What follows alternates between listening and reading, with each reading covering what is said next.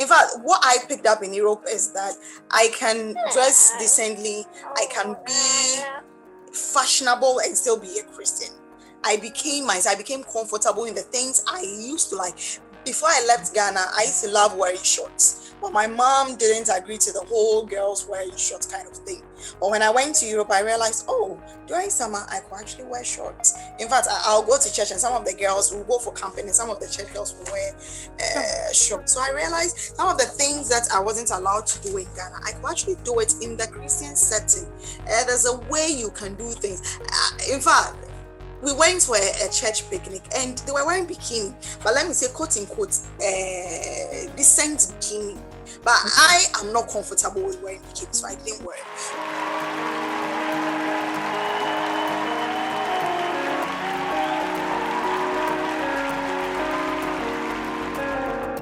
But when I came back to Ghana, I remember I was working in Makola when you could hear people talking, and people point to me like, hey, girl, it's white and gold. If your girl needs white and I mean, I've been asked whether I'm bipolar before. When I started work, a doctor actually asked me, not just one person, because they're like, oh, you're a medical student, you're a doctor, you're supposed to be prim and proper. Why do you like these colors and stuff like that? Yes. So that was what began it. Hello, Ewurabena, and welcome to Yes, She Can, a show that talks about the myths and the truths of what a girl can and cannot do. It's such a pleasure to have you once again. How are you? I'm fine. I'm fine by God's grace. And you? I'm good. I say once again because I think this is like the third time of me interviewing you. So it's just good. But today we are not talking about health issues like we used to in the past, but we are talking about something I saw on Facebook. You are someone that, okay, before we get into that, I'm sure that maybe about 90% of our viewers already know you, but just a little bit for the sake of those who don't know you. Tell us about Dr. Adams. Dr. Adams. Well, my name is Abigail. I'm a medical doctor, so Dr. Abigail Doduwah Sackey. My acronym, Adams is actually an acronym. It's something I picked up when I was in JSS. Yeah, I think JSS.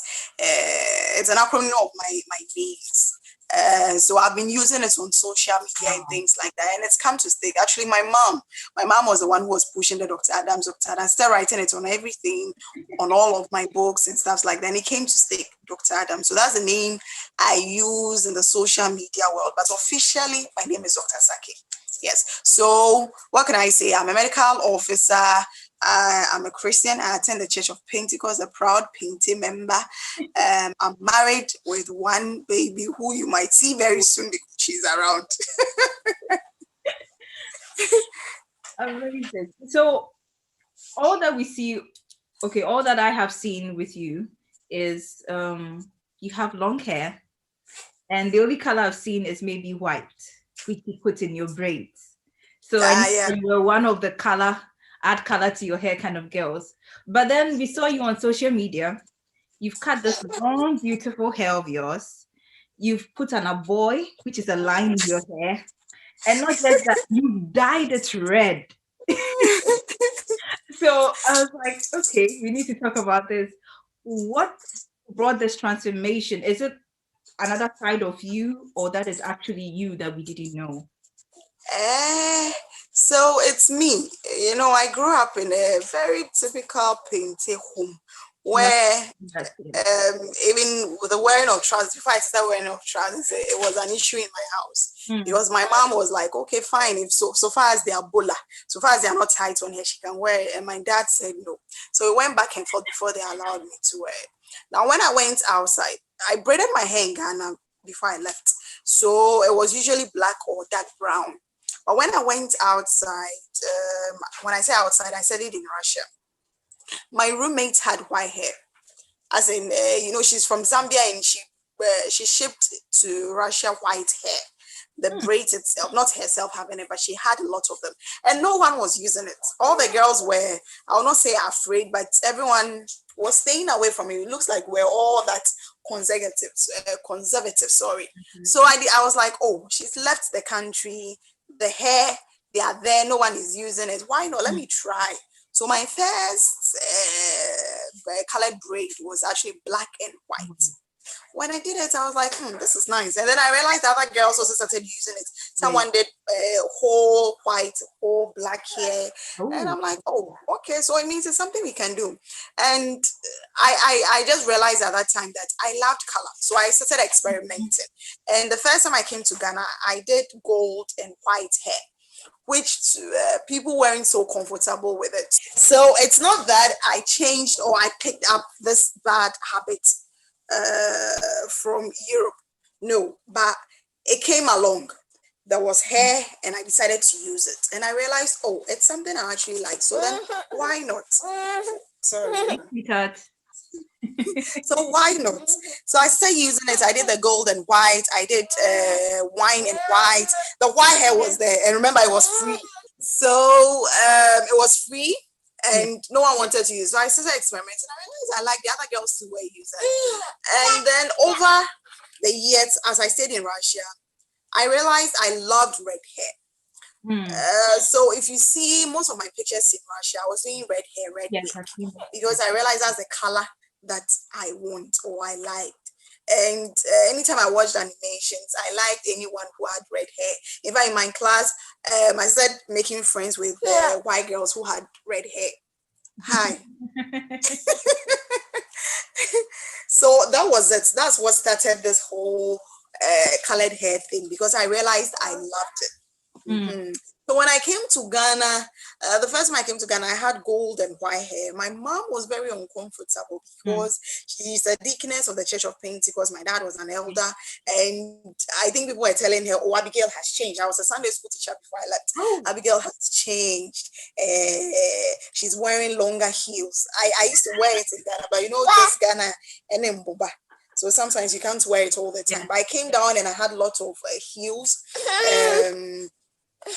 I was experimenting with my clothes. I wasn't wearing kaba and slate all the time. So the whole hair thing, it's something, I think I'm the experimental type. I always want to experiment with things. So Europe gave me the opportunity or the space to be able to experiment with things without someone judging me necessarily.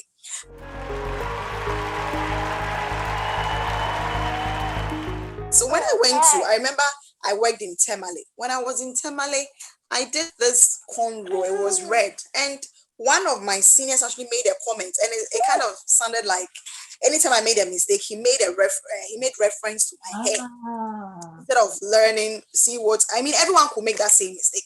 But with me, he had to make reference on my hair because it was unusual, a medical doctor with that kind of hair. So it wasn't easy. It got some time. I just realized, okay, fine, let me do black like everyone does. That was my first year of being a medical doctor. Second year, when I moved to a Catholic hospital, and I realized, oh, I want to cut my hair. There are no rules in this life, like specific rules. If a girl wants to keep her hair, fine. If she wants to keep her hair naturally, fine, allow her. If she wants to hair, fine. I mean, I understand that we live by rules. If I'm a medical doctor and you don't want me to do crazy hair, maybe I have what do you call it, dreadlocks, fine, and maybe I won't come to work with all the dreads hanging on my hair like this because I'll go into theater. So I can just put it in a band, something like that, hold it all together and still have my dreads. I know there are things, there are regulations to everything, but it's like everyone wants to put us in a box. We all must be in a box. Everyone must have black hair. Everyone must have dark brown hair. We all must wear short, long skirts or something like that. So when I went to the Catholic hospital, I was like, okay, fine, let me cut my hair. I've always fancied ladies with short hair, and I wouldn't say the opportunity came. I was having my, what do you call it? The tips of my hair, they were breaking. In fact, I could just have trimmed it, but I decided, oh, I haven't chopped my hair off as an adult before. So let me try, me being experimental. So I cut my hair and I put a boy. I came to work and hey, Dr. Sackey, oil wild. And I'm like, what is this oil wild? Mean call clap, so just because my coach me tea and I have a boy in there, suddenly Dr. Sackey is wild. So I continued cutting my hair. Anytime ebefubia, I'll cut my hair. And I remember I did once that one doctor saw me and told me that, oh, this is a village #1, and then it's a Catholic hospital #2.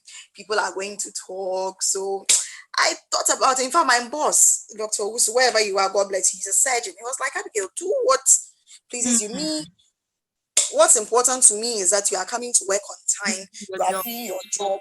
Yeah. Whatever you want to do to your hair, no, that's up to you. But for life. And he also went to Russia. He went to school in Russia. So it was like, for life, but just do your work. Good you. So I changed it. He saw the hair. Then the following day, I changed it. I mean, it was a cut, but I left, I don't know what it's called anyway, but I left just a bit here and I permed it. He saw it the following day. I was like, oh, why have you changed it? And I gave him the reasons. He was like, see, this world, whatever you do, people will talk. But just make sure that your life is not being a bad example or you are not harming anyone. That's the thing. So just do your work. And so that was it. And I think when I came to Accra, I told my mom that I want to put color in my hair, specifically red. She said no. She talked to my dad. They all said no, blah, blah, blah, blah, blah, blah, typical people. I'm like, okay, fine. But I told her that one day I'll do it. I mean, because I was unmarried, I was living in the house. One day I will do it. So my birthday was in August. Just some few weeks to my birthday, I told my husband that, oh, I want to cut my hair. I mean, I want to trim it again, put a boy and to put color in it. He said, okay, fine, why not? And that Sunday after, I think, it was during the COVID season. So I don't remember whether churches had opened or not, but we just went driving around. We didn't know where we were going. We just drove around looking for a place just to get me the color. So that's what happened. We got there and I got that color. And I knew people were going to behave like that. I knew. So that was it. That's the whole history behind it. That I'm experimental. I realized I love color. My favorite color is black. I call it my favorite color because it's a convenient color. You can wear black anywhere. If you have black shoes, you can send it anywhere. If you have black trousers or skirts, you can send it anywhere. But then I realized I love to experiment, and red is my experimental color. So it was just trying something out. It's not I have changed or something new has come.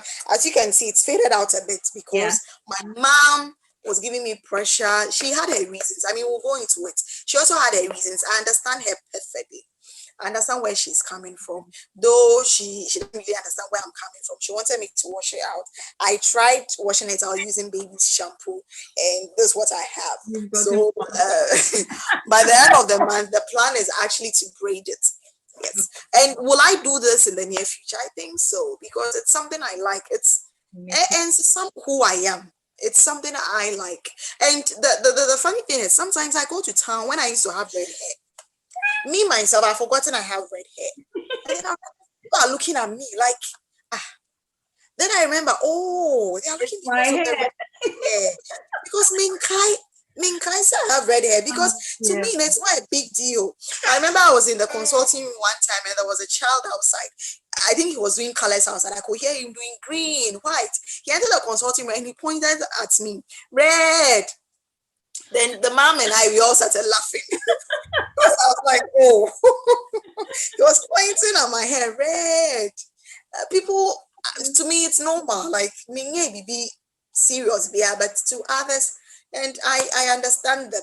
We live in a society, and society has some norms they expect us to go or live by. And it's not every day we are going to live by their rules, but well, here we are. So where do you draw the line between living authentically and doing crazy? Yes. So that's the thing. Now that's where, let me say, that's where I'm struggling with. Okay. Because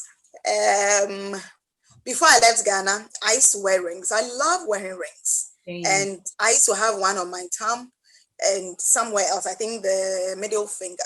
My mom said, hey, Mami water spirit.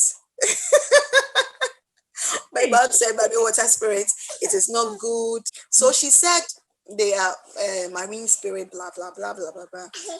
I was like, okay, fine. But then I don't know whether you remember, in Russia, rings are everywhere. Yes. Yes. I think So I started that attitude as well. Yeah, I started wearing. yeah. So it's like God was pushing me to I went to Russia and I realized, oh wow. In fact, as a graduation present to myself, I bought myself a ring. Okay. That's what I'm wearing now. This is my graduation present to myself. Interesting. It's written, God save and keep me. I had a chain with it, but my husband wore it and he accidentally got torn. But that's the ring. That's my graduation present to myself. Because I love rings. So in Russia, I could wear 2, 3, 4. Mm-hmm. When I have this box and I have lots of rings. So I came back home and my mom realized, say, hey, Charlie, rings now, and back with more. Yeah. Yes. So the problem is, where do we draw the line? Because I believe society has a part to play in our lives. Yes. But to what extent do I allow them to rule my life or to affect my life? Yeah. So this is where I am currently. I don't have all the answers. I can't say I'm totally confused, but I do not want, what my mom told me that I understood was, you might think you are living your life. So I was a Sunday school teacher in the past. When I say the past, because now I hardly have time to go teach. I usually work on weekends as well. So that's why I said I was a Sunday school teacher. She asked me a question that, Intinka, if you're going to teach Sunday school, will you go with your red hair? And then I was like, just not to confuse the kids, because I want them to make their own decision when they grow up. I'll wear a wig and go. And she said, no, why will you wear a wig and go? Stop. Why will you wear a wig and go? Just go like that. If you think it's fine. We went back and forth, and there was no conclusion. But what she was trying to say is that you know what you are doing. You know in your heart that you are living as Christ wants you to live. However, a little girl somewhere who used to look up to you will see you and say, oh, even Dr. Adams has red hair. Fine, and there's nothing wrong with red hair. I can go wild. And though maybe I will leave it as just at the red hair, this girl might go on further to say, oh, then maybe occasionally smoking isn't wrong. Oh, then occasionally drinking isn't wrong. That's where she was coming from, that I might know where I'm going. I might know my path, but someone might be blindly following me. And when it gets to a place where I won't go to, the person will blindly just go there and just say, oh, you can do this even when you were a Christian. So that's where she was coming from. So to me, will I do this hair again?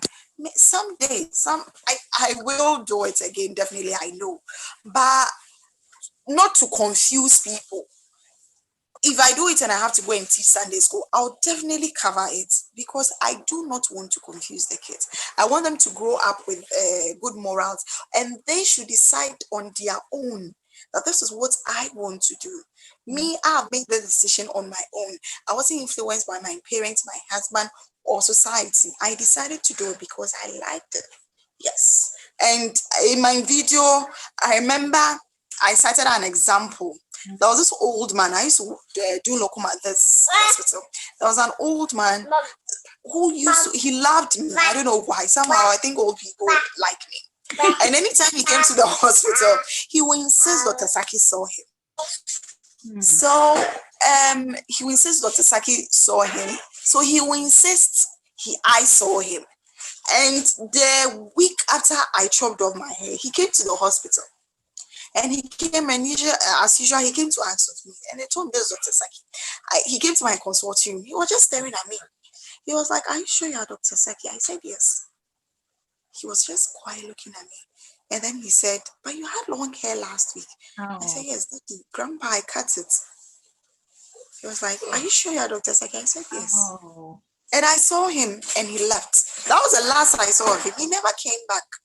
So to him, he's thinking, this young girl who had long hair, who I like for whatever reason, has changed. And he wasn't comfortable with me seeing him with my chopped hair, you see. And I won't blame him for it. He lived in that era where they believe things are supposed to be in this certain line. And I don't blame him for that. So for such a person, for instance, If I'm to go and see my grandma right now, I'll definitely put on a scarf or even a wig. My grandma's place, you cannot go with just your hair, even you, Eugenia, your hair. You have to put on a scarf. Yes, because she believes a woman is always supposed to cover her hair. Do you get it? So she doesn't know I've done this hair. And should I go there right now? Either I'll put on a wig and a scarf, or I'll just put on a scarf. When I came to Ghana and I had colored hair, I think the last colored hair I did was purple and black. I went to see her and I put on a scarf, so she didn't know the color. Some might say I'm being, maybe I'm deceiving her or something, but it's just to make her comfortable and me comfortable, because I'm not living with her all the time. This is me, and I feel it's not affecting me in any way, but she thinks otherwise. So sometimes to strike a balance, someone is saying, so if you like, well, why are you washing it out for your mom? She's very uncomfortable with it. I see her a lot, and anytime I see her, she makes a comment about it. So then I'm going to braid it by the end of the month, just to bring peace. I like peace, because at the end of the day, I'm a Christian, and you will have to honor your parents in the Lord. She doesn't like it. I've had my fun with it. I'll just cover it for it. Interesting. Wow, because what you said is you felt comfortable when you first did it. You were like, wow, this is also nice. But then there's another side of you, because you live in a community that has its own kind of rules, and you are trying to find that balance while living authentically. You want that side of you to show, but you also don't want to poke the bear too much. So then what would you tell a young girl who feels there's another side of her or herself that she wants to show, but she's scared of the labels that people will put on her? Okay, so to the young girl, is she above 18? That's a question. Okay. Because it's important. If you are still a minor, you live in your parents' house, you are supposed to obey your parents. I'm 33 and I still obey my parents. So it depends. Is a person a Christian? If you are a Muslim, I'm citing a Muslim as an example, because they have extreme rules, and there are things they might do to you that a Christian home won't do to you. So are you up for the consequences? Yes, that's the question. That's a fair question. Are you up for it? Will you be able to face it? If you won't be able to face it, Charlie, sit your somewhere. You won't die. This hair, if I did not dye it, I won't die. I won't die. It's the same way I'm going to braid it. I won't die. So there are going to be consequences. Will you be able to stand up for yourself? Will you be able to answer the questions that are going to come? Will you be able to live with yourself just like that? If yes, then go for what you want. I want a nose piercing. This is Ghana. My church, some people are going to look at me in a weird way. Me, myself, now, I'm afraid of the pain. If I get a magnetic one, I might wear it. But if I don't wear it, I won't die. So some of the questions you should ask yourself when you're making these extreme decisions, not will I be able to live with it? Will I be able to stand up for myself? The consequences, will I be able to face it? If you know you can, then shall I go for it? And some of these things, they are reversible. I usually don't encourage people to do things that are not reversible. This is hair. I can just go chop this one thing off and I'm back to normal. So whatever you are doing, look out for the consequences. Look out for the pros and the cons. And you handle it. Make an informed decision, so that if you are sure this is what you want, if you are sure this is what you want after you've researched, then fine. Go for it.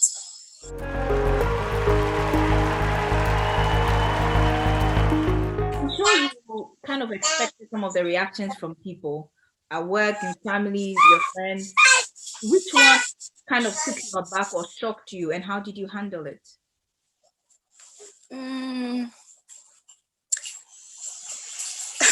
Thinking about it, I don't know which one shocked me the most. I knew people were going to be against it, because I just grouped it into two. Those who were like, yay, or if I let me say three. Those who were like, hey, yay, go for it, Jan, well, I remember there's a consultant in Kolebum. She was like, please do what you want. She also has red hair. She's a big woman, a big doctor in Kolebum. She was like, go for what you want to do. It's your hair. It's your decision. It's not going to have an effect on your work. So why listen to people? In fact, she was offering another color to me that I should come to her house and comfort and do it. If that is what I want, I should forget about everyone because it has no effect on my job and it won't affect my brain. She was all for it. And she's a big woman, like someone I really respect. So I was like, okay, fine. And there were those who were simply against it. You're a doctor, you're a Christian Church of Pentecost girl, hey, modern. And then there were those people who were like on the fence. They wish I had lots of inbox. There were people who were on the fence who sent me messages. They wish they can do it. Like I'm living their dream for them. These are things they wish they could have done, but they can't do it. So they see someone doing it and they are so happy. Oh. I understand all that. We are in a society, but Charlie. Yeah, I think it boils down to what you said about just know the pros and the cons, and if you're willing to stand by your decision, because whatever you do, good or bad, you have people kind of talking about you. When you live authentically, you draw the right people to you. Of course, there will be criticisms, but as you said, be able to stand up for what you are standing for, and which is very important. I also saw somewhere down in your comments when you were talking about your husband as well, if I can just chip him in, about how he supported you to go do the cuts and everything. So how important is it to have a partner that kind of understands where you were coming from and what you were doing? You also said something like, you told him before you got married that you were a lion, an alpha woman. And like, be the lioness. And I thought that was very profound. It's important. You know, you have to know who you are marrying or who you are going in for. And so that you don't have that situation where you said, you're worrying, you know, after marriage has changed. I there in the comments, I wrote that I used to like this guy way back. In fact, we were not even that serious. There was just like, and that's when I cut my hair. And dude got on phone and he was like, hey, what have you done to your hair? By the time I see you, you should have braided. And the months that he was giving me, I think I cut my hair was around September, October. And he said, by the time I see you in January, you should have grown your hair, you should have braided. I was like, what? This is like, oh, we are just liking each other from afar. But yet you don't pay for my hair. You are not my father. In fact, my father can give me that orders, but not you. We are not. You are not anything to me. It's just it's just like, and going on, being on phone and telling me by the time you see me, I was like, hey Charlie, pack and go. No, it's like pack and go. What's me but it's in my brother when we are just liking each other. And they are brother. No. My husband met me with my short hair. You know, remember this guy Kwame?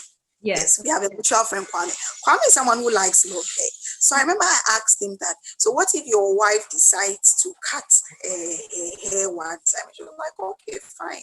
If she wants to cut hair, that's what she wants to do. That's what she likes. I'll just support her. But me, dear, she knows that I like long hair. So if she cuts her hair, fine. If she wants to grow it, fine. But I'll love her the same. We are human beings. My husband met me with my short hair. And before we got married, I grew it out again. I was braiding, I was permanent. And shortly after marriage, I cut it again. I'll braid it. And I've asked him whether it worries. And I was like, no, whatever. You look good this way, you look good that way, whatever you want to do. Now, though he supports me in some things, in most of the things, there are some things he also has his barrier. For instance, when we talked about the nose piercing, he didn't meet me with the nose piercing. We've never talked about it. But when this hair thing came about, I asked him, what if I go in for the nose ring? Then he said, no, that one is extreme. So he told me he doesn't like it. Now someone will say, hey, stand up for what you want. You're a woman, you're a strong woman, you're an alpha woman, you're a feminist, blah, blah, blah. He can't tell you what to do, he can't tell you. But ask yourself, this nose ring, if I don't get it, will I die? No. Yes. If I get it, will I die? Will I add? Will someone be giving me $100 every day if I get? No. So it's not a big deal. If I get a magnetic one and I wear it just around the house, I'll be happy in myself that, oh, I have a nose. In fact, make sure picture credit to Facebook for people to. There should be a brouhaha about it. But personally, he doesn't like it, so we'll just not take it out. I'll just wear it. There are some things. I don't think, even though he supported me with my red hair, I don't think he will want me to be changing the colors. Maybe today I'll do green, I'll do blue. Everyone has their limits, and it's a partnership thing. He understands that I like experimenting. Even with the food we cook, I like experimenting. But he also has a say. We are in this together. So he supports me, but he also has his boundaries. He has things he thinks are to the extreme, like the nose piercing. Like he thinks it's to the extreme. To me, I don't think it is. When we get to that place, we'll cross the barrier. But he's told me he wouldn't want me to go out with the nose piercing. So should I get it?